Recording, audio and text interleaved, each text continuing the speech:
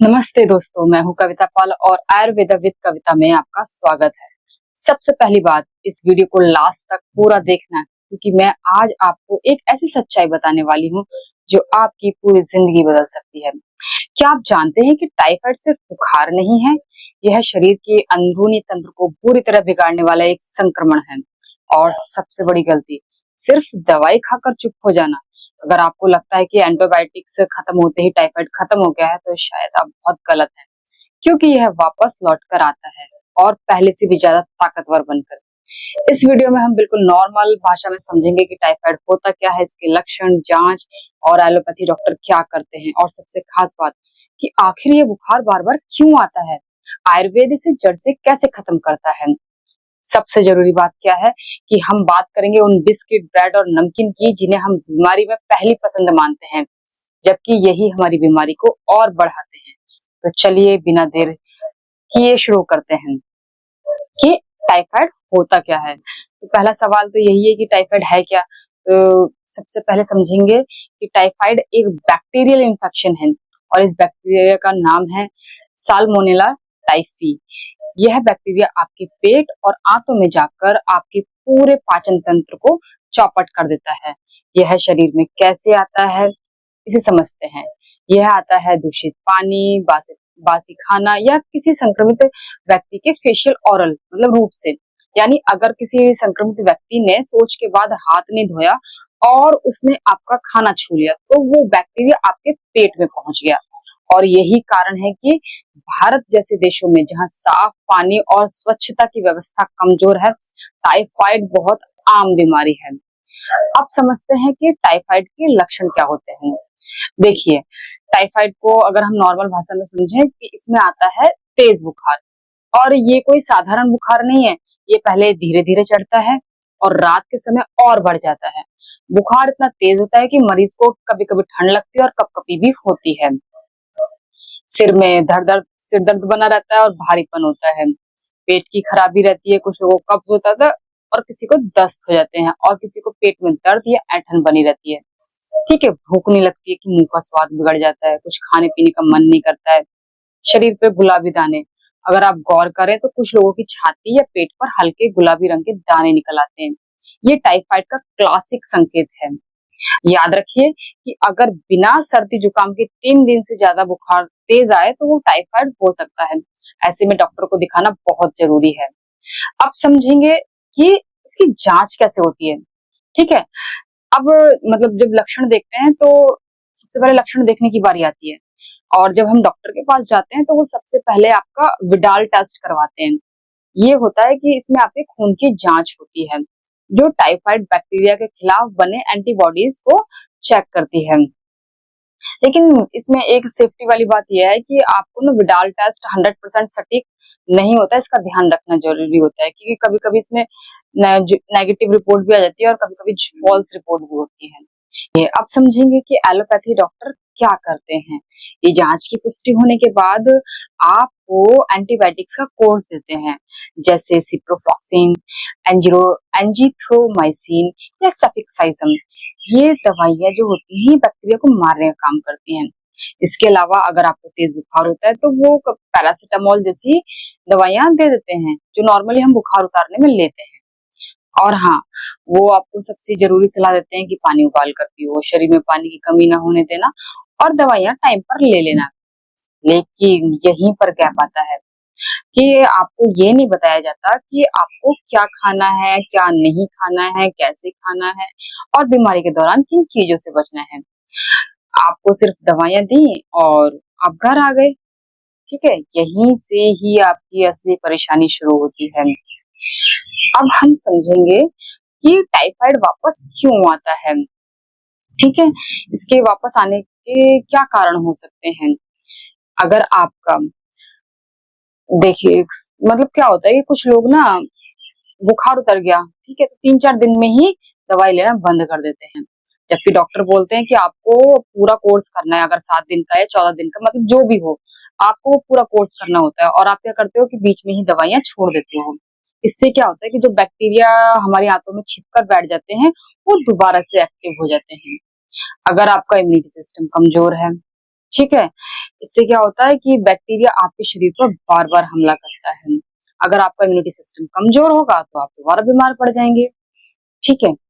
अब है कि अब जो हमारा असली सवाल है कि बैक्टीरिया को पनपने का मौका आखिरकार मिला ही क्यों?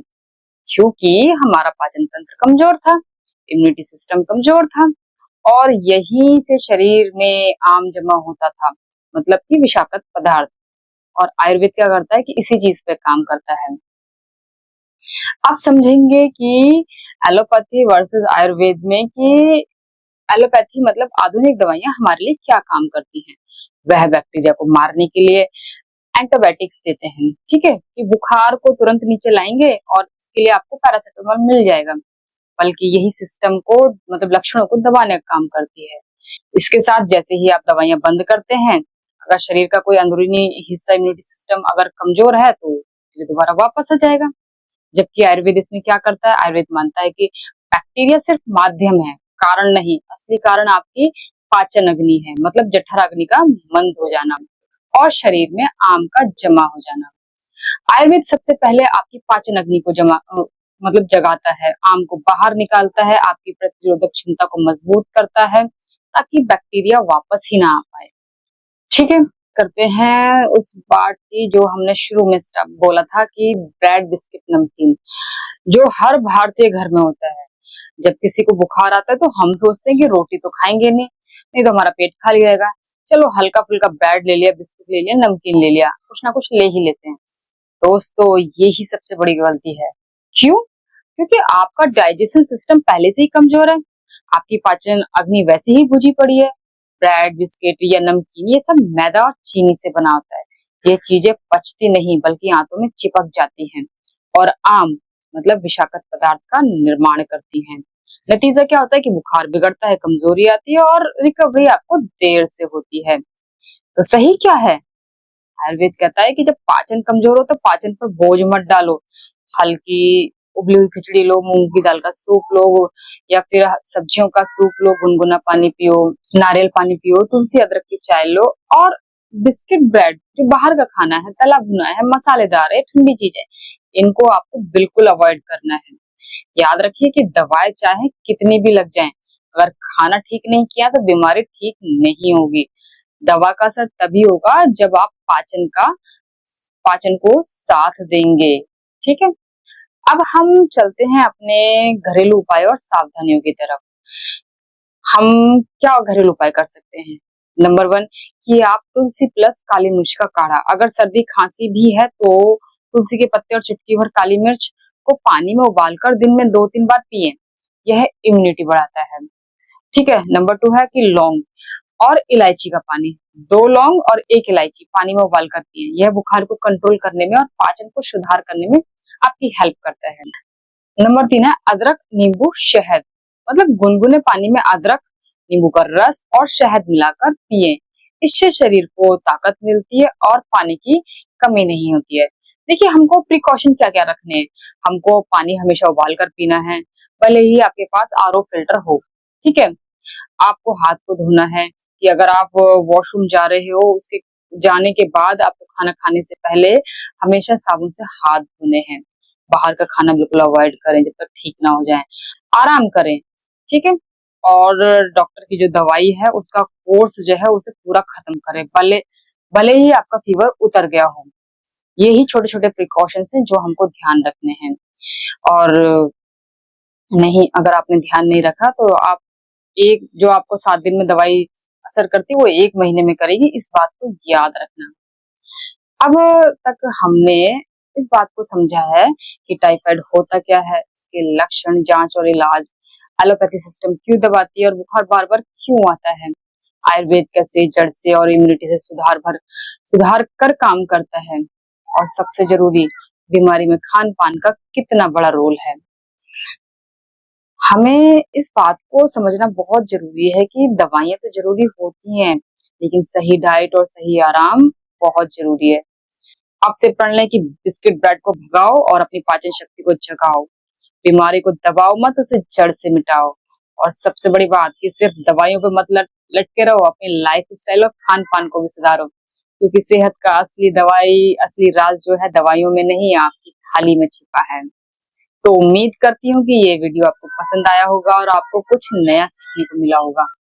अगर आपको यह वीडियो ज्ञानवर्धक लगी है तो लाइक करें, जरूर शेयर करें, खासकर उन लोगों को जो अक्सर बुखार में बिस्किट ब्रेड खाकर अपनी बीमारी को बढ़ाते हैं। और सब्सक्राइब करना ना भूलें आयुर्वेद विद कविता को, ताकि आपको ऐसी ही हेल्दी और सही जानकारी मिलती रहे। धन्यवाद। अपना ख्याल रखें और पाचन का ख्याल रखें और बीमारी को जड़ से हराएं। Thank you.